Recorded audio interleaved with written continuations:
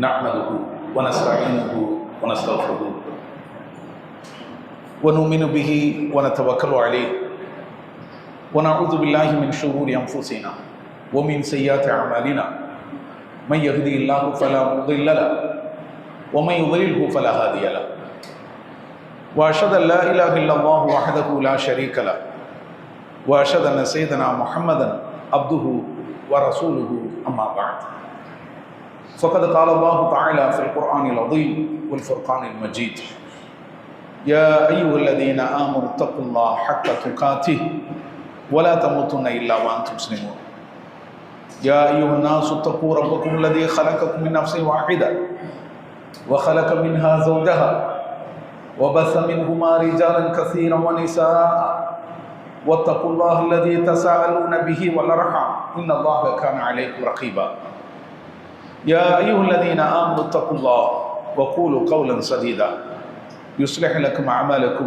ويغفر لكم ذنوبكم ومن يطع الله ورسوله فقد فاز فوزا عظيما وقال نبينا صلى الله عليه وسلم إن أصدق الحديث كتاب الله وأحسن الهدي هدي محمد صلى الله عليه وسلم وشر الأمور محدثاتها وكل محدثة بدعة وكل بدعة ضلالة وكل ضلالة في النار. கணியத்திற்குரிய எல்லாம் அல்ல அல்லாஹ் ஜல்ல ஷானு தஆலாவின் நல்லடியார்களே, பெரியோர்களே, தாய்மார்களே, அல்லாஹ்வுடைய பேரருளால் அவனுடைய கடமையை நிறைவேற்றுவதற்காக நாம் எல்லாம் இந்த ஜும்மாவிலே ஒன்று கூடியிருக்கிறோம். பெருவாரியான முஸ்லிம்களால் நேற்று மெஹராஜ் நோன்பு நோக்கப்பட்டது. அதற்கு முந்தைய இரவு மெஹராஜ் இரவு என்று விமரிசையாக கொண்டாடப்பட்டது. சிறப்பு தொழுகைகளை தொழுது திக்ர்கள் துவாக்களிலே பல்வேறு முஸ்லிம்கள் ஈடுபட்டு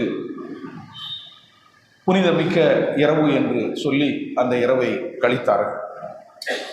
மறுநாள் நேற்று பகலிலே மெஹராஜ் நோன்பை நோற்றிருக்கிறார்கள். இந்த நேரத்திலே சில விஷயங்களை நாம் தெரிந்து கொள்ள வேண்டிய அவசியத்தில் இருக்கிறோம். மெஹராஜு நபிகள் நாயகம் ஸல்லல்லாஹு அலைஹி வஸல்லம் அவர்கள் மெஹராஜுக்கு சென்று வந்தது, விண்ணுலக பயணத்தை மேற்கொண்டது. இந்த நிகழ்வு சத்தியமானதுதான், உண்மையானதுதான், அதில் எந்த சந்தேகமும் இருக்க முடியாது. இந்த நிகழ்வை மறுப்பவர், இதில் சந்தேகிப்பவர், அவர் முஸ்லீமாக இருக்க முடியாது. ஆனால் இந்த நிகழ்வு, மெஹராஜ் என்ற இந்த நிகழ்வு எப்போது நிகழ்ந்தது என்பதற்கு வரலாற்றிலே குறிப்பிடத்தக்க சான்று கிடையாது. பல்வேறு குழப்பமான தேதிகளை நாம் வரலாற்றிலே பார்க்கிறோம். ரஜபு 27 பெருவாரியான முஸ்லிம்கள் மெஹராஜ் இரவாக கொண்டாடினார்கள். அப்படி ரஜபு 27 தான் மெஹராஜ் இரவு நடந்ததா என்பதற்கு எந்த சான்றும் கிடையாது. சில அறிஞர்கள் ரஜபு 27 என்று சொல்கிறார்கள். வேறு சில அறிஞர்கள் ரஜபு மாதத்தினுடைய முதல் ஜும்மாவிலே அது நடந்திருக்கிறது என்று சொல்கிறார்கள். சில அறிஞர்கள் நபிகள் நாயகம் ஸல்லல்லாஹு அலைஹி வஸல்லம் அவர்கள் மக்காவில் இருந்து மதீனாவுக்கு ஹிஜ்ரத் செய்வதற்கு ஒரு வருடத்திற்கு முந்தி இந்த நிகழ்வு நடந்தது. தேதி எப்போது என்று அவர்கள் குறிப்பிடவில்லை. 10 மாதங்களுக்கு 16 மாதங்களுக்கு முந்தி நடந்தது. நபிகள் நாயகம் ஸல்லல்லாஹு அலைஹி வஸல்லம் அவர்கள் ஹிஜ்ரத் செய்வதற்கு 16 மாதங்களுக்கு முன்னர் நடந்திருக்கிறது என்று வேறு சில அறிஞர்கள் சொல்கிறார்கள். இன்னும் சிலர் நபி ஸல்லல்லாஹு அலைஹி வஸல்லம் அவர்கள் நபியாக ஆவதற்கு முன்னரே, அதுவும் 10 வருடங்களுக்கு முன்னரே நடந்து விட்டது. இதை எங்க கொண்டு போய் சொல்றது? நபி ஸல்லல்லாஹு அலைஹி வஸல்லம் அவர்கள் நபியாக ஆனதே கிடையாது. அவர்கள் நபியாக ஆவதற்கு 10 வருடங்களுக்கு முன்னரே மேராஜ் நடந்தாச்சு என்று சொல்லக்கூடியவர்களும் இருக்கிறார்கள். ரபியுல் அவ்வல் மாதம் 12 அது மேராஜ் நடந்த தேதி. அந்த 12 தான் நபி ஸல்லல்லாஹு அலைஹி வஸல்லம் அவர்கள் இறந்த தினத்தை பிறந்த தினமாக முஸ்லிம்கள் கொண்டாடி வருகிறார்கள். அது மேராஜ் நடந்த தினம் என்று அறிஞர்கள் சொல்லுகிறார்கள். இப்படி மேராஜ் நடந்த தேதியிலே பல்வேறு குழப்பம் இருக்கிறது. அது எப்போது நடந்தது என்று யாரும் குறித்து வைக்கவில்லை. நபிகள் நாயகம் ஸல்லல்லாஹு அலைஹி வஸல்லம் அவர்களும் இன்ன தேதி என்று சொல்லவில்லை.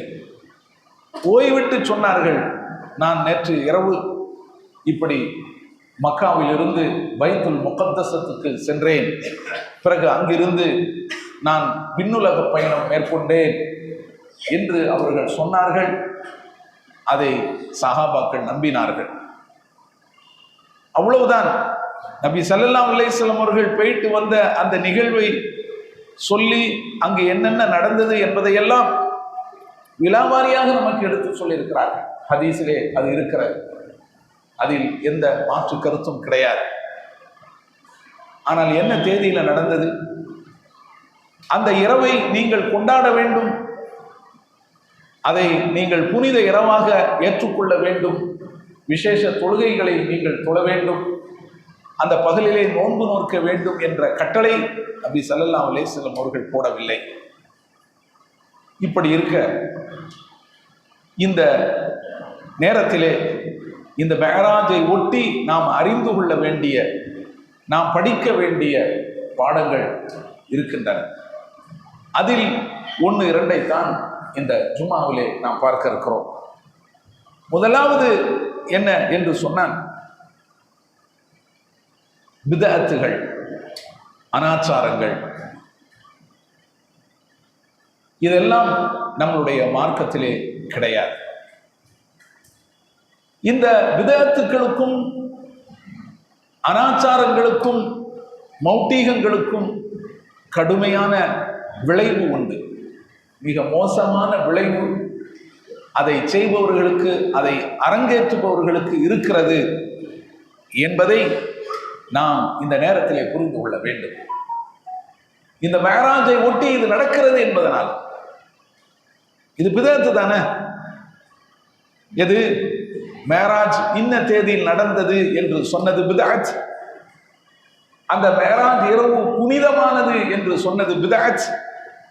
அந்த மேராஜ் இரவிலே 100 ரக்காத்துகள் போன்ற தொழுகைகளை தொழ வேண்டும் என்று சொல்வது, செய்வது பிதஅத். அந்த இரவை ஹயாத்தாக்க வேண்டும், அந்த இரவு முழுவதும் கண்விழிக்க வேண்டும், திக்ருகள் துஆகள் ஓத வேண்டும் என்று சொல்வது, செய்வது பிதஅத். அந்த பகலிலே நோன்பு நோற்பது, அதுவும் பிதஅத்.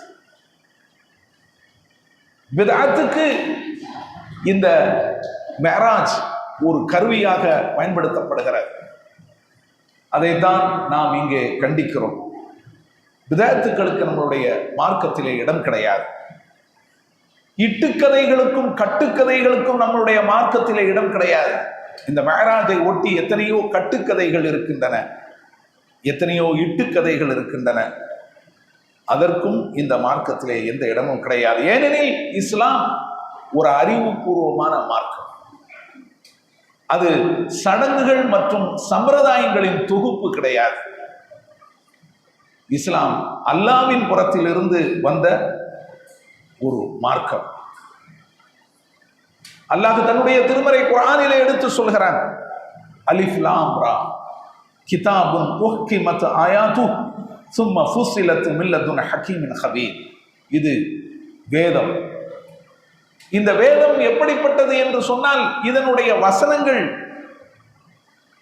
நன்கு ஞானம் நிரப்பப்பட்டு உறுதி செய்யப்பட்டிருக்கிறது. சும்ம ஃபுஸ்ஸிலத் மின் லதுன் ஹகீமின் ஹபீர்.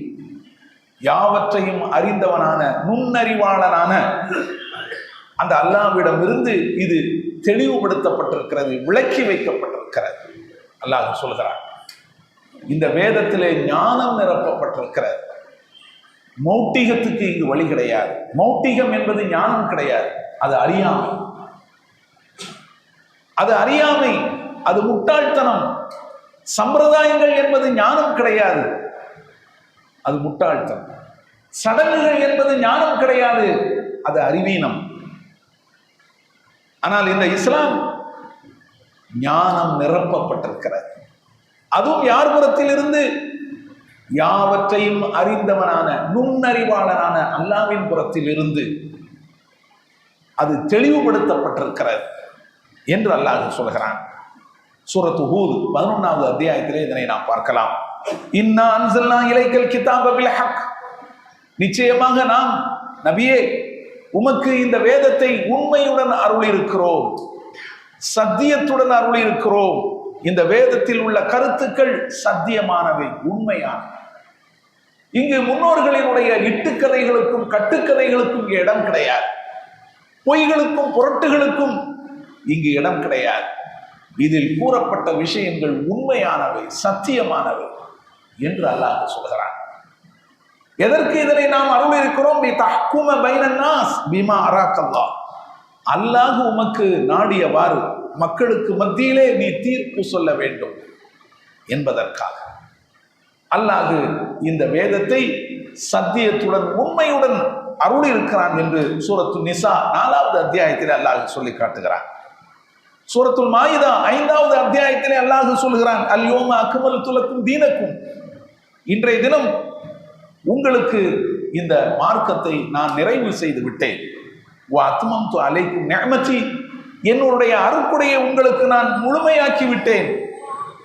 அருட்கொடை என்பது வழிகாட்டுதல்களை அல்லாஹ் சொல்கிறான், நேர்வழியை சொல்கிறான். ஒரு அதைத்துலக்கும் இஸ்லாம தீனா. இந்த இஸ்லாத்தை உங்களுக்கு தீனாக, மார்க்கமாக அங்கீகரித்து விட்டேன் என்று அல்லாஹ் சொல்லி காட்டுகிறான். இந்த வசனம் நபிகள் நாயகம் ஸல்லல்லாஹு அலைஹி வஸல்லம் அவர்கள் தமது இறுதி ஹஜ்ஜிலே அவர்கள் இருக்கும்போது, அரஃபா பெருவழியிலே இருக்கும்போது இந்த வசனம் அருளப்படுகிறது. இந்த வசனத்துக்கு பிறகு நபிகள் நாயகம் ஸல்லல்லாஹு அலைஹி வஸல்லம் அவர்கள் சுமார் 3 மாத காலங்கள் தான் உயிர் வாழ்ந்திருக்கிறார். கடைசியாக அருளப்பட்ட வசனம், நான் உங்களுக்கு இந்த மார்க்கத்தை நிறைவு செய்து விட்டேன் என்று அல்லாஹ் சொல்கிறார். அல்லாஹ்வால் நிறைவுபடுத்தப்பட்ட மார்க்கம். அப்போ மேராஜ் இரவுல நாம் விசேஷமான தொழுகை தொழ வேண்டும் என்று சொன்னால் அது அல்லாஹ் சொல்லி இருக்கணுமா இல்லையா? அல்லாஹ்வுடைய தூதர் நமக்கு வழிகாட்டி இருக்கணுமா இல்லையா? ஒரு ஹதீஸை தூக்கி போடுங்களேன், இந்தா இருக்கு, நபிகள் நாயகம் ஸல்லல்லாஹு அலைஹி வஸல்லம் அவர்கள் இப்படி சொன்னாங்க, சஹாபாக்கள் இப்படியெல்லாம் என்ன செஞ்சாங்க, ஈடுபட்டாங்க என்று சொல்லுங்க. இதா இருக்கு, சஹாபாக்கள் நோன்பு வச்சாங்க, நபிகள் நாயகம் ஸல்லல்லாஹு அலைஹி வஸல்லம் அவர்கள் நோன்பு நோக்கும்படி சொன்னாங்க அப்படின்னு சொல்லி ஒரு ஹதீஸை தூக்கி போடுங்களேன். ஏன் நீங்கள் அதை செய்யவில்லை? ஆனால் நீங்கள் உங்கள் இஷ்டத்திற்கு இந்த மார்க்கத்திலே விளையாடுகிறீர்கள். இந்த மார்க்கத்திலே நீங்கள் விளையாடுகிறீர்கள். அல்லாஹ் சொல்கிறான், அல் அம் லஹும் ஷுரகாஉ ஷரஉ லஹும் மினத் தீனி மா லம் யஅதன் பில்லாஹ். அல்லாஹ் அனுமதிக்காததை மார்க்கமாக்குகின்ற கடவுள்கள் உங்களுக்கு உண்டா? இணை கடவுள்கள், அல்லாஹ்வுக்கு நிகரான கடவுள்கள் அவர்களுக்கு என்ன இருக்கிறதா என்று அல்லாஹ் கேட்கிறான். யாருப்பா அவர்கள் எல்லாம்? மேராஜ் இரவு என்று, இன்ன தேதியில் மேராஜ் இரவு இருக்கிறது என்று சொன்னது, இன்ன தேதியிலே அந்த இரவிலே இன்னென்ன விசேஷமான வழிபாடுகளிலே ஈடுபட வேண்டும் என்று சொன்னது, பகலிலே நோன்பு நோக்க வேண்டும் என்று சொன்னது, யார் அவர்கள்? இணை கடவுள்களா? அல்லாஹ் கேட்கிறார். அப்ப நீங்க என்ன அறிவிக்கிறீங்களா? இவங்களெல்லாம் அல்லாஹ்வுடைய இணை கடவுள்கள், அவங்க சொல்றதை நாங்கள் எடுத்துக்கிறோம். அந்த நிமிடத்தில் இருந்தே நீங்கள் இந்த மார்க்கத்தை விட்டு வெளியேறி விடுவீர்கள், காஃபிராகி விடுவீர்கள், ஷிர்க் முஷ்ரிக் ஆகி விடுவீர்கள். அதுதான் இங்கு நடந்து கொண்டிருக்கிறது. தெளிவாக அல்லாஹ் சொல்கிறான். இந்த வசனம் சூரத்து ஷூரா 42வது அத்தியாயத்தில் இருக்கிறது. நபிகள் நாயகம் ஸல்லல்லாஹு அலைஹி வஸல்லம் அவர்கள் சொல்லி இருக்கிறார்கள், மன் அஹதஸ ஃபீ அம்ரினா ஹாதா மா லைஸ மின்ஹு ஃபஹுவ ரத்துன். நம்முடைய இந்த மார்க்கத்திலே அதில் இல்லாத ஒன்றை எவன் உருவாக்குகிறானோ அது மறுக்கப்படும், தள்ளுபடி செய்யப்படும். நபிகள் நாயகம் ஸல்லல்லாஹு அலைஹி வஸல்லம் சொல்றாங்க. அல்லாஹ் ஏற்றுக்கொள்ள மாட்டான். இது மார்க்கத்தில் இல்லாதது. இந்த இரவை நீங்கள் தேதி குறித்தது மார்க்கத்தில் இல்லாதது. நீங்களாக ஒரு தேதியை குறித்து விட்டு அந்த இரவை புனிதமாக்கியது மார்க்கத்தில் இல்லாதது. அந்த இரவிலே நீங்கள் செய்த அமல்கள் மார்க்கத்திலே இல்லாதது. நீங்கள் நோற்ற நோன்பு மார்க்கத்திலே இல்லாதது. அது நிராகரிக்கப்படும். அல்லாஹ் தூக்கி வீசி எறிந்திருவான். அப்படின்னா என்ன அர்த்தம்?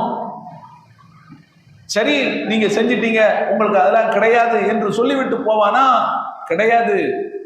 நபிகள் நாயகம் ஸல்லல்லாஹு அலைஹி வஸல்லம் அவர்கள் சொல்லுகிறார்கள், வகுல்லு பித்அத்தின் ضلاலா, எல்லா பித்அத்துகளும் வழிகேடு, வகுல்லு ضلالத்தின் ஃபின்னார், எல்லா வழிகேடுகளும் நரகத்திற்கு போகும்.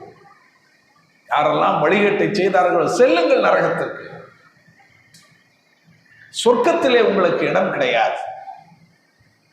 நீங்கள் உங்கள் இஷ்டத்திற்கு ஒன்றை செய்துவிட்டு வருவீர்கள். யார் யாரையெல்லாமோ எனக்கு இணை கடவுளர்களாக ஆக்கிவிட்டு அவர்கள் சொல் பேச்சு கேட்டு நீங்கள் நடந்துட்டு வருவீர்கள். இதெல்லாம் மார்க்கத்தில் இல்லாதது என்று நான் கழித்து விட்டு உங்களுக்கு இருக்கிறதுக்கு நான் கூலி தர வேண்டும் என்றால் நரகத்திற்கு போங்கள் என்று அல்லாஹ் சொல்லிவிடுவான். வகுல்லு ضلالத்தின் ஃபின்னார், எல்லா வழிகேடுகளும் வழிகேட்டை செய்தவர்களும் நரகத்துக்கு போவார்கள். நபிகள் நாயகம் ஸல்லல்லாஹு அலைஹி வஸல்லம் அவர்கள் கூறியிருக்கிறார்கள். நசையில் இந்த ஹதீஸ் பதிவு செய்யப்பட்டிருக்கிறது. மன் அமில அமலன் லைஸ அலைஹி அம்ருனா ஃபஹுவ ரத்துன், நம்முடைய உத்தரவு இல்லாத செயலை எவன் செய்கிறானோ அது நிராகரிக்கப்படும். சஹீஹ் முஸ்லிமில் இந்த ஹதீஸ் பதிவு செய்யப்பட்டிருக்கிறது. அல்லாஹ்வுடைய உத்தரவு இருக்குதா என்று பார்க்க வேண்டும். அல்லாஹ்வுடைய உத்தரவு இருக்குதா என்று பார்க்க வேண்டும். அல்லாஹ்வுடைய தூதருடைய உத்தரவு இருக்கிறதா என்று பார்க்க வேண்டும்.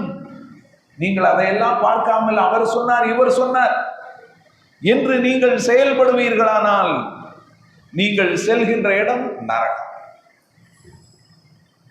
நரகம். அல்லாஹ் சொல்லி காட்டுகிறான், யௌம துகல்லபு வுஜூஹுஹும் ஃபின்னார், சில முகங்கள் நரகத்திலே புரட்டப்படும். அல்லாஹ் சொல்லி காட்டுகிறான். அப்போது அவர்கள் சொல்வார்கள், நாங்கள் எங்களுடைய முன்னோர்களை பின்பற்றி விட்டோம், எங்களுடைய தலைவர்களை பின்பற்றி விட்டோம் என்று அவர்கள் அழுது புலம்புவார்கள். அல்லாஹ்வுடைய தூதரை நாங்கள் பின்பற்றவில்லை. யா லைத்தனா அதாஅனா அல்லாஹ வ அதாஅனா ரசூலா, அந்தகோ ஐயோ, அல்லாஹ்வுக்கும் அல்லாஹ்வுடைய தூதருக்கும் நாங்கள் கட்டுப்பட்டு இருக்க வேண்டுமே. இன்னா தஅனா சாததனா வ குபரானா, மாறாக நாங்கள் எங்களுடைய தலைவர்களையும் முன்னோர்களையும் பின்பற்றி விட்டோம். அவங்க சொல்லுவாங்க நரகத்துல, இந்த மேராஜ் இரவு கொண்டாடுறவங்க எல்லாம் சொல்லுவாங்க, அல்லாஹ் காப்பாற்ற வேண்டும். இந்த நோன்பு நோர்த்தவர்கள் எல்லாம் சொல்லுவார்கள், அல்லாஹ் காப்பாற்ற வேண்டும். நாங்கள் எங்களுடைய முன்னோர்களை பின்பற்றி விட்டோம், எங்களுடைய தலைவர்களை பின்பற்றி விட்டோம், அவர்கள் சொன்னார்கள் என்று நாங்கள் செய்து விட்டோம். ஃபஅலல்லூன சபீலா, அவர்கள் எங்களை வழிகெடுத்து விட்டார்கள். ரப்பனா ஆத்திஹிம் ضعفين من العذاب வலஅன்ஹும் லஅனன் கபீரா, இறைவா இந்த தலைவர்களுக்கு நீ 2 மடங்கு வேதனையை தருவாயாக. அவங்களும் சேர்ந்துதான் வருவாங்க. 2 மடங்கு வேதனையை கொடுப்பாயாக, அவர்களை மோசமான பெரிய அளவிலே சபிப்பாயாக என்று நரகத்திலே அவர்கள் புலம்புவார்கள். அல்லாஹ் சொல்லி காட்டுகிறான். அன்பிற்குரியவர்களே, நாம் சிந்திக்க கடமைப்பட்டிருக்கிறோம். ஏதோ நாம தப்பு பண்ணிட்டோம், கழிச்சிட்டு தருவான், பாட்டில் குறை இருக்கிறதா, கழித்து விட்டு அதற்கு பரிசு கொடுன்னு சொல்லுவாங்களே, அது மாதிரி அங்க நடக்காது. ஓ நரகத்துக்கு என்று அல்லாஹ் தள்ளி விடுவார். நரகத்திலே அவர்கள் புலம்புவதை அல்லாஹ் எடுத்து சொல்கிறான்.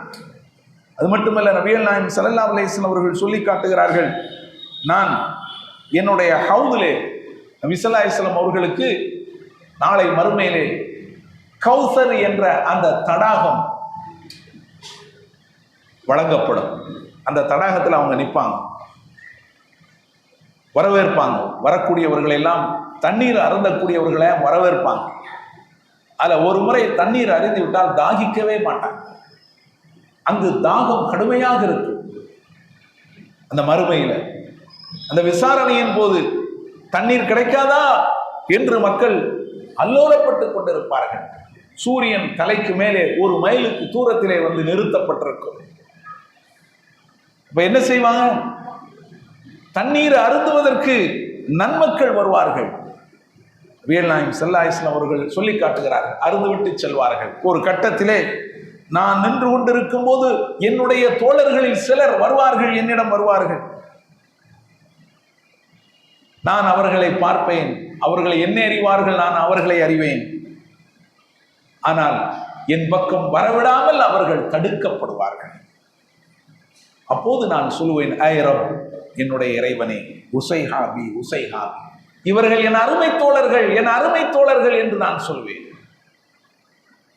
அப்போது எனக்கு சொல்லப்படும், இன்னக லா தத்ரி மா அஹதஸு பஅதக், நபியே, உங்களுக்கு பின்னால் இவர்கள் என்ன செய்தார்கள், இந்த மார்க்கத்திலே என்ன புதுமையை புகுத்தினார்கள் என்பது உமக்கு தெரியாது. சஹீஹ் முஸ்லிம்ல இந்த ஹதீஸ் பதிவு செய்யப்பட்டிருக்கிறது. நீங்க போனதற்கு பிறகு, இந்த உலகத்தை விட்டு பிரித்த பிறகு இந்த மார்க்கத்திலே என்ன செய்தார்கள் என்பது உமக்கு தெரியாது, என்ன புதுமையை புகுத்தினார்கள் என்பது உமக்கு தெரியாது. அன்புக்குரியவர்களே, ரொம்ப அஞ்சப்பட வேண்டிய ஒரு ஹதீஸ், பயப்பட வேண்டிய ஒரு ஹதீஸ். அவர்களுக்கே இந்த நிலைமை என்று சொன்னால் இன்னைக்கு நமக்கு சர்வ சாதாரணம். இதுக்கு அடுத்து ஒன்று வர இருக்கிறது, பராத் இரவுன்னு. இதுக்கு அடுத்து ஒரு இரவு வர, பராத் இரவு. மக்கள் விழிமேல் வழிமேல் விழி வைத்து காத்து கொண்டிருக்கிறார்கள். அந்த இரவை கொண்டாடுவதற்காக துடித்துக் கொண்டிருக்கிறார்கள். இதுக்கு அடுத்து ஒன்று வரும். இதெல்லாம் எப்படி நடந்தது? இது மட்டுமா? இந்த சமுதாயத்திலே எத்தனையோ அனாச்சாரங்கள், பிதஅத்துகள், மார்க்கத்தில் இல்லாத விஷயங்கள், திருமணத்தின் பெயரால், பிள்ளைகளுக்கு பெயர் சூட்டுவது என்ற பெயரால், குழந்தைகள் பெரியவர்களாக ஆகிவிட்டால் சடங்கு சம்பிரதாயங்கள் என்ற பெயரால் எத்தனையோ அனாச்சாரங்கள், இறந்தவர்களுடைய வீட்டில் நடக்கின்ற அனாச்சாரங்கள், ஷரத்துகள் என்ற பெயரால், இது எல்லாமே பிதஅத். நபிகள் நாயகம் ஸல்லல்லாஹு அலைஹி வஸல்லம் அவர்கள் நமக்கு காட்டித் தராதவைகள். துஆக்கள் என்ற பெயரால், கூட்டு துஆக்கள் என்ற பெயரால் எத்தனையோ பிதஅத்துகள். தொழுகை முடிஞ்ச உடனே கூட்டு துஆ பள்ளிவாசல்ல நடக்குதா இல்லையா? அங்க நாம அடக்கம் பண்ண போறோம், நாம தொழுதுட்டு வெளியே வந்துடும், அல் ஃபாத்திஹா எல்லாரும் துஆ செஞ்சுட்டு போறங்க அப்படின்னு இருக்குதா மார்க்கத்துல? மார்க்கத்தில் அதுக்கு இருக்கிறதா? ஒன்றை காட்டுங்களேன், எடுத்து போடுங்களேன். அட உங்க ஜும்மால உங்க பள்ளிவாசல்ல எஞ்சி பேசுங்களேன். ஏன் நாம் இதை செய்கிறோம், இதற்கு மார்க்கத்தில் ஆதாரம் இருக்கிறது என்று சொல்லுங்களேன். ஏன் சொல்ல மாட்டேங்கிறீங்க? ஆதாரத்தை தூக்கி போடுங்க. இந்த ஃபாத்தியாவுக்களுக்கெல்லாம் ஆதாரம் இருக்கிறது, தல்கீனுகளுக்கெல்லாம் ஆதாரம் இருக்கிறது என்று சொல்லுங்க. இந்த புனஸ்காரங்களுக்கெல்லாம் தலீல் இருக்கிறது, சான்று இருக்கிறது என்று சொல்லுங்க. தூக்கி போடுங்க ஹதீஸ. உங்களுக்கு வலிக்கிறதா? செய்ய மாட்டீங்களா? அப்போ எங்க போவீர்கள்? நீங்களும் உங்களை பின்பற்றக்கூடியவர்களும் எங்கே செல்வீர்கள்? யௌம துகல்லபு வஜூஹுஹும் ஃபின்னார், சில முகங்கள் நரகத்திலே புரட்டப்படும். அல்லாஹ் காப்பாற்ற வேண்டும். அந்த நிலையிலிருந்து அல்லாஹ் நம் அனைவரையும் காப்பாற்ற வேண்டும். அதற்குத்தான் நாம் துடித்துக் கொண்டிருக்கிறோம். அதற்குத்தான் நாம் பல்வேறு விஷயங்களை செய்து கொண்டிருக்கிறோம். இது நம்மை சார்ந்து விடக்கூடாது, இந்த நிலை நம் மீது ஒட்டி விடக்கூடாது என்பதற்காக நாம் என்ன செஞ்சிருக்கிறோம், துடிக்கிறோம். ஆனா அங்க என்ன நடக்கிறது? ஃபாத்திஹாக்கள் எல்லாம் சர்வசாதாரணம், துஆக்கள் எல்லாம் சர்வசாதாரணம். யார் உங்களுக்கு இதை காட்டி தந்தது? திருமணத்திலே துஆ அல்லாஹும்ம அல்லிஃப் பைனஹுமா யார் சொன்னது? நபிகள் நாயகம் ஸல்லல்லாஹு அலைஹி வஸல்லம் அவர்கள் சொன்னார்களா? இறந்தவர்களிடத்திலே துஆ இறந்தவர்களுக்காக யார் சொன்னது? நபி ஸல்லல்லாஹு அலைஹி வஸல்லம் அவர்கள் சொன்னார்களா? வீடுதோறும் ஃபாத்தியாக்கள் யார் சொன்னது? நபி ஸல்லல்லாஹு அலைஹி வஸல்லம் அவர்கள் சொன்னார்களா? இதெல்லாம் இந்த நேரத்திலே நாம் சிந்திக்க கடமைப்பட்டிருக்கிறோம். இது எல்லாமே இந்த மெஹராஜ் என்ற இந்த ஒரு இரவு நம்மை சிந்திக்க வைக்கிறார். பிதஅத்துக்களுடைய ஒரு குத்தகையாக இந்த இரவை ஆக்கிவிட்டார். நபிகள் நாயகம் ஸல்லல்லாஹு அலைஹி வஸல்லம் அவர்கள் தம்முடைய நுபுவத்தின், தம்முடைய தூதுத்துவத்தின் மிக முக்கியமான ஒரு சான்றாக திகழக்கூடிய, நான் அல்லாஹ்வுடைய தூதர் என்று மக்களை நம்ப வைக்கக்கூடிய ஒரு நிகழ்வு. போயிட்டு வந்து மக்கள்கிட்ட சொல்றாங்க, எல்லாரும் மக்கள் கூடி இருக்கிறாங்க, நான் அந்த மாதிரி மேராஜுக்கு போயிட்டு வந்திருக்கிறேன், பைத்துல் முகத்தஸுக்கு போயிட்டு வந்திருக்கிறேன். மக்கள்லாம் ஆச்சரியப்படுறாங்க. அபூஜஹல் அங்கே இருக்கிறாங்க. மேலும் கூட்டத்தை கூட்டுகிறாங்க, வாங்க வாங்க, இவர் என்னப்போ புது கதை விடுறாரு, நேற்று வரைக்கும் இவர் இப்படியெல்லாம் பேசல, இப்ப திடீர்னு சொல்றாரு, ஒரு இரவுல நேற்று இரவு பைத்துல் முகத்தஸுக்கு போயிட்டு வந்துட்டாரா. அவர் சொல்றாரு, பைத்துல் முகத்தஸ் என்ன தென்காசிலியா இருக்குது? நம்ம ஊர்ல இருந்து தென்காசி தூரத்துல. மக்கா எங்கே இருக்கிறது? பைத்துல் முகத்தஸ் எங்கே இருக்கிறது? மக்காவிலிருந்து நபிகள் நாயகம் ஸல்லல்லாஹு அலைஹி வஸல்லம் அவர்கள் தபூக்குக்கு பயணமானார்கள். வரலாற்றில் இருக்கிறது. ஒரு மாசம் ஆச்சு தபூக்கு போயிட்டு திரும்ப வர்றதுக்கு. ஒரு மாசம், ஒரு மாதம், கிட்டத்தட்ட 15 நாட்கள் அவர்கள் பயணமாக வேண்டியிருக்கிறது. தபூக், மதீனாவிலிருந்து தபூக்குக்கா. இது எங்க இருக்கு? இஸ்ரேலுக்குள்ள போகணும், பாலஸ்தீனத்துக்குள்ள போகணும், பைத்துல் முகத்தஸுக்காக. நபிகள் நாயகம் ஸல்லல்லாஹு அலைஹி வஸல்லம் அவர்கள் மக்காவில் இருந்து உண்டு சொல்கிறார்கள். அப்ப அவங்களுக்கு சந்தேகம் வருமா வராதா? உங்கள பைத்துல் முகத்தஸை பார்த்தவர்கள் எல்லாம் இருக்கிறார்களா? அபூஜஹல் கேட்கிறான். ஆமா, கேளுங்கப்பா அவர்கிட்ட, இவர் பைத்துல் முகத்தஸுக்கு போயிட்டு வந்திருக்கிறாங்க, நீங்க கேள்வியை கேளுங்க, அவர் சொல்லட்டும். இப்ப தெரிஞ்சு போவோம் வண்டவாளம். அப்படியா, நீங்க போயிட்டு வந்திருக்கீங்களா? ஆமா. அப்ப நாங்க வந்து சில கேள்விகள் கேட்கலாமா? கேளுங்க. அவர்கள் கேட்க ஆரம்பிக்கிறார்கள். பைத்துல் முகத்தஸை நபிகள் நாயகத்துக்கு அல்லாஹ் டிவியில் அங்க ஓட விடுறான். அங்க என்ன செய்யறான்? வெண்திரையில காட்டுறான். நபிகள் நாயகம் ஸல்லல்லாஹு அலைஹி வஸல்லம் அவர்கள் அதனை பார்த்து கொண்டே அவர்கள் கேட்க, கேள்விக்கு விளக்கம் தருகிறார்கள். அந்த மூலையில் என்ன இருக்கிறது பார்க்கிறார்கள். அந்த மூலையில் என்ன, இந்த மூலையில் என்ன இருக்கிறது? அது அங்க இருக்கு. அங்கே எத்தனை தூண் இருந்தது? இத்தனை தூண் இருக்கிறது. முடிஞ்சு போச்சு. முஸ்லிம்ல இருக்கிற இந்த ஹதீஸ். அப்ப அவங்க சரிதான், அவர் சொன்னது உண்மைதான் அப்படி. அப்போ இவர் பைத்துல் முகத்தஸுக்கு போயிட்டு வந்தது உண்மை என்று சொன்னால், அதற்கு மேல மேராஜ் போயிட்டு வந்தது, அதை ஒண்ணு கேள்வி கேட்கவே வேண்டாம, அதை பத்தி விசாரிக்க வேண்டாமா? அது உண்மையா தானே இருக்க முடியும். இதே உண்மை எழுதும் போது அதுவும் உண்மைதான். இதுதான் அன்பிற்குரியவர்களே இப்படி ஒரு நிகழ்வு. ஆனா நீங்க உட்கார்ந்துக்கிட்டு என்ன செய்றீங்க? நீங்க விளக்கம் சொல்லிக்கிட்டு இருக்கிறீங்க. நீங்க உங்க இஷ்டத்துக்கு உங்களுடைய மார்க்கத்தை, உங்களுடைய தீனை நீங்கள் நடத்தி கொண்டிருக்கிறீர்கள். இந்த தீன் என்ன உங்களுக்கு சொந்தமானதா? உங்களுக்கு சொந்தமானதா தீன்? அலா லில்லாஹி தீனுல் ஹாலிஸ். அறிந்து கொள்ளுங்கள், தூய்மையான இந்த மார்க்கம் அல்லாஹ்வுக்கு சொந்தமானது என்று அல்லாஹ் சொல்லி காட்டுகிறார். ஆனா நீங்க என்ன செய்றீங்க? நம்ம படிச்சிருக்கிறோம். என்னத்தை படிச்சீங்க? என்னத்தை படிச்சு என்ன? எதை படுத்தீர்கள்? தூக்கி போடுங்களங்க. புகாரி எடுத்து போடுங்க, முஸ்லீம் எடுத்து போடுங்க, ஹதீஸில் எடுத்து போடுங்களேன். அட மேராஜ் இரவுக்கு இன்னும் இருக்குப்பா, இன்னும் இருக்கு, நோக்கு நோக்கணும் நபிகள் நாயகம் ஸல்லல்லாஹு அலைஹி வஸல்லம் சொல்லி இருக்கிறாங்க. இன்னும் இருக்கு. என்னது, நாம அடக்கம் பண்ணும்போது அதுக்கு முன்னால ஒரு ஃபாத்தியா ஓதணும், இன்னும் இருக்குது. ஓடுங்களேன். நீங்க படிச்சீங்கல்ல, நீங்க ஆலிம்கள் தானே, 7 வருஷம் தானே படிச்சீங்க, தூக்கி போடுங்க. ஆனா உங்க மேடையில சொல்லுங்க. ஏன் உங்களுக்கு வலிக்கிறது? மக்களே, நீங்கள் நன்றாக யோசித்துக் கொள்ள வேண்டும், விழித்துக் கொள்ள வேண்டும். நீங்கள் விழிக்க வேண்டும். இல்லை என்று சொன்னால் அவர்களோடு சேர்ந்து நீங்கள் என்ன செய்யணும்? போக வேண்டிய இடத்துக்கு போக வேண்டும். அல்லாஹ் காப்பாற்ற வேண்டும். தலைவர்கள் தங்களுக்கு பின்னால் உள்ளவர்களை, தங்களோடு பின்பற்றியவர்களை இழுத்துக் கொண்டு போவார்கள் என்று அல்லாஹ் சொல்கிறார். அவங்க மட்டும் போக மாட்டாங்க, இவங்களை சேர்த்துதான் கொண்டு போவாங்க. அல்லாஹ் சொல்லி காட்டுகிறான். அந்த நிலைமை வந்துவிடும், எச்சரிக்கை. இந்த மேராஜை ஒட்டி இன்னொரு சம்பவம் இருக்கிறது. என்னுடைய அடுத்த உரையிலே சொல்லி முடித்துக் கொள்வேன். வாசுதவான் அல்ஹம்துலில்லாஹ்.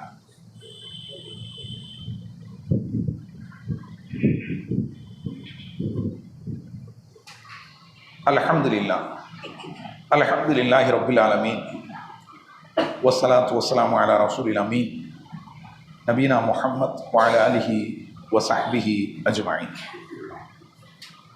அன்பார்ந்த சகோதரர்களே, அல்லாஹ்வுடைய பேரருளால் அவனுடைய மார்க்கத்தை நாம் புரிந்து கொண்டு வருகிறோம். இந்த மேராஜை ஒட்டி இன்னொரு முக்கியமான நிகழ்வு இருக்கிறது. மேராஜ் என்று சொன்னால் தொழுகை தான் நமக்கு ஞாபகத்துக்கு வரும். நபிகள் நாயகம் ஸல்லல்லாஹு அலைஹி வஸல்லம் அவர்கள் அல்லாஹ்வை சந்தித்து விட்டு அவனுடன் உரையாடி விட்டு தொழுகையை அங்கிருந்து நமக்கு கொண்டு வந்திருக்கிறார். தொழுகை அவர்களுக்கு கடமையாக்கப்பட்டது, ஐவேளை தொழுகை. அங்கதான் நபி ஸல்லல்லாஹு அலைஹி வஸல்லம் அவர்களுக்கு கடமையாக்கப்பட்டது. அந்த தொழுகையை இங்கு வந்து நபிகள் நாயகம் ஸல்லல்லாஹு அலைஹி வஸல்லம் அவர்கள் நமக்கு தொழுது காட்டிவிட்டு சென்றிருக்கிறார். ஒரு மனிதன், ஒரு முஸ்லிம் கலிமாவுக்கு பிறகு அவன் இஸ்லாத்தை ஏற்றுக்கொண்டு விட்டால் ஐவேளை தொழுகை அவனுக்கு கடமையாகி விடுகிறார். ஒரு நாளைக்கு 5 வேளை அவன் கட்டாயம் தொழுதாக வேண்டும். இது அவனுடைய கடமை. இந்த தொழுகை எங்கே கடமையாக்கப்பட்டது? மேராஜ்ல, 7வது வானத்துல அல்லாஹோடு உரையாடி கொண்டிருக்கும் போது அல்லாஹ் அவர்களுக்கு கடமையாக்கி கொடுத்திருக்கிறான். இது உன் சமுதாயத்தின் மீது கடமை. நபிகள் நாயகம் ஸல்லல்லாஹு அலைஹி வஸல்லம் அவர்கள் கொண்டு வந்து இங்க வந்து அதை சமர்ப்பித்துட்டு போயிருக்கிறாங்க. இன்னைக்கு எத்தனை பேர் தொழுகையாளியாக இருக்கிறோம் சொல்லுங்க? எத்தனை பேர் பள்ளிவாசலுக்கு வந்து தொழுது கொண்டிருக்கிறோம்? நபிகள் நாயகம் ஸல்லல்லாஹு அலைஹி வஸல்லம் அவர்கள் கூறினார்கள், புனியல் இஸ்லாமு அலா ஹம்ஸின். இஸ்லாம் 5 அடிப்படைகள் மீது நிறுவப்பட்டுள்ளது. அதுல 1 தொழுகை. கலிமா, தொழுகை, நோன்பு, ஜகாத்து, ஹஜ்ஜு நமக்கு தெரிந்தது தான். கலிமாவுக்கு அடுத்தபடியான கடமை தொழுகை. எத்தனை பேர் இதை நம்ம தொழுது இருக்கிறோம்? சிந்தித்து பாருங்க. தொழுகை ஒரு முஸ்லீம் அல்லாதவரை விட்டும் பிரித்து காட்டுகிறது. நபி ஸல்லல்லாஹு அலைஹி வஸல்லம் அவர்கள் கூறினார்கள், இன்ன பைன ரஜுலி வ பைன ஷிர்கி வல் குஃப்ரி தர்கு ஸலா. ஒரு மனிதன் இறை நிராகரிப்பிலும் இணை வைப்பிலும் இருக்கிறான் என்பதன் அடையாளம் தொழுகையை விடுவதா. தொழுகையை விட்டுட்டானா அவன் குஃப்ர்ல இருக்கிறான்னு நீங்க முடிவு பண்ணிக்கிடுங்க. தொழுகை அவன்கிட்ட இல்லையா, அவன் இறை நிராகரிப்புல இருக்கிறான், ஷிர்க்ல இருக்கிறான் அப்படின்னு நீங்க முடிவு பண்ணிக்கிடுங்க. நபிகள் நாயகம் ஸல்லல்லாஹு அலைஹி வஸல்லம் சொல்றாங்க. ஆனா நம்மவர்கள் எதை வைத்து ஒருத்தர் முஸ்லீம் அல்லன்னு பாகுபாடு பார்க்கிறாங்க? தொப்பியை வச்சு. தொப்பி போட்டானா முஸ்லீம், தொப்பி இல்லையா முஸ்லீம். ஜனாசா தொழுகை நடத்துவதற்கு உரிமைப்பட்டவர் முன்னால போய் நிற்கிறார். அவர்கிட்ட தொப்பி இல்லை. என்ன நீங்க தொப்பி இல்லாம நிற்கிறீங்க? தொப்பி இல்லாம நின்னா என்ன? தொப்பி இல்லாம நின்னா என்னென்ன? உன் பள்ளிவாசல எத்தனை பேர் தொப்பி இல்லாம வரான்? அவனை எல்லாம் வெளியே தள்ளியா நீ? உன் பள்ளிவாசல்ல தொப்பி இல்லாம எத்தனை பேர் வந்து தொழுதுட்டு போறான்? அவர்களை எல்லோரையும் நீ என்ன லிஸ்ட்ல சேர்த்த? முஸ்லிம்ங்கிற லிஸ்ட்ல சேர்த்தியா அல்லது வேற லிஸ்ட்ல நீ சேர்த்துக்கிட்டியா? கேட்கிறான். இப்ப தொப்பி நபிகள் நாயகம் ஸல்லல்லாஹு அலைஹி வஸல்லம் என்ன சொல்றாங்க, நீங்க என்ன சொல்லிக்கிட்டு இருக்கிறீங்க? நபி ஸல்லல்லாஹு அலைஹி வஸல்லம் அவங்க சொல்றாங்க, ஒரு மனிதன் இறை நிராகரிப்பிலும் ஷிர்கிலும் இருக்கிறான் என்பதன் அடையாளம் தொழுகையை விடுவது. எத்தனையோ பேர் தொழுகை இல்லாம இருக்கிறாங்க. ஊர் கூட்டம் போட்டு அவங்க என்ன செய்யுங்க, ஊர் மத்தியில இருந்து வெளியே தள்ளுங்க. இப்படி செய்வீங்களா? தொப்பி இல்லைன்னு உங்களுக்கு ரோஷம் வருது. எதுக்கு உங்களுக்கு ரோஷம் வருது? யார் சொன்னது தொப்பி இஸ்லாத்தினுடைய அடையாளம் என்று? யார் சொன்னது தொப்பி தொழுகையினுடைய ருக்குன் என்று, மிக முக்கியமான கடமை என்று? சொல்லுங்க. இது இந்த மேராஜ் நம்மை பேச வைத்திருக்கிறது. இந்த மேராஜ் நமக்கு இதை சுட்டி காட்டியிருக்கிறது. அந்த தொழுகை இன்றைக்கு எத்தனையோ பேர் கடைபிடிக்காமல் இருக்கிறார். நாளை மறுமையில முதல் கேள்வி அதுதான். நம்மளுடைய அமல்கள் விசாரிக்கப்படும் போது முதல்ல அல்லாஹ் எதை எடுத்து விசாரிப்பான்? கொண்டாமன் தொழுகையை கொடு அப்படின்னு, உன் தொப்பியை கொடுன்னு கேட்க மாட்டான். உன் தொழுகை எங்க கொடு? நபிகள் நாயகம் ஸல்லல்லாஹு அலைஹி வஸல்லம் சொல்றாங்க, இன்ன அவ்வலமா யுஹாஸபு பிஹில் அப்து யௌமல் கியாம மின் அமலிஹி ஸலாத்துஹு. நாளை மறுமையில் ஒரு அடியானுடைய அமல்களில் முதல் விசாரிக்கப்படுவது அவனுடைய தொழுகை. ஃபைன் ஸலுஹத் ஃபகத் அஃப்லஹ் வ அன்ஜஹ். அது சரியாகிவிட்டால் அவன் ஜெயித்து விட்டான், தப்பித்து விட்டான். ஜெயிச்சுட்டான், தப்பிச்சுட்டான், நரகத்தில் இருந்து தப்பிச்சுட்டான். வைன் ஃபஸதத், அந்த தொழுகை குளறுபடியாக ஆகிவிட்டால் ஃபகத் ஹாப வ ஹஸிர், அவன் தோற்று விட்டான், பேரிழப்புக்கு ஆளாகிவிட்டான். புரிஞ்சு வச்சு ஒற்ற வார்த்தையில நபிகள் நாயகம் ஸல்லல்லாஹு அலைஹி வஸல்லம் சொல்லிட்டான். அதுக்கு மேல அவனுக்கு அவ்வளவுதான். அதுக்கடுத்து இதுவே சரியில்லைன்னு சொல்லும் போது அடுத்தடுத்த அமல்களை அல்லாஹ் தூக்க மாட்டான். தொழுகை இல்லாம போய் இன்னுமே என்னத்தை போட்டு நீ அதை செஞ்சியா இதை செஞ்சியான்னு என்னத்தை போட்டு கேட்க? போ, நரகத்துக்கு போடா, நீ போக வேண்டிய இடம் அது. நான் அதை செஞ்சேனா இதை செஞ்சேன்னு நான் எழாது. அதுதான் நபிகள் நாயகம் ஸல்லல்லாஹு அலைஹி வஸல்லம் அப்படி சொல்லி காட்டுறாங்க. அவன் ஜெயித்து விட்டான், தப்பித்து விட்டான். அது சரி இல்லாமல் போய்விட்டால் அவன் தோற்று விட்டான், பேரிழப்புக்கு ஆளாகிவிட்டான். திருமீதில் இந்த ஹதீஸ் இருக்கிறது. எனவே இதையெல்லாம் நாம் கவனத்திலே எடுத்துக்கொண்டு நம்முடைய வாழ்க்கையிலே நாம் நடைமுறைப்படுத்த வேண்டும். எல்லாம் வல்ல அல்லாஹ் அத்தகைய நன்மக்களாக நம் அனைவரையும் ஆக்கி அருள வேண்டும், ஆக்கி அருள்வானாக என கூறி என்னுடைய உரையை நிறைவு செய்கிறேன். வாஹிரு தஅவானா அல்ஹம்துலில்லாஹி ரப்பில் ஆலமீன். அஸ்ஸலாமு அலைக்கும் வரஹ்மத்துல்லாஹி வபரகாத்துஹு.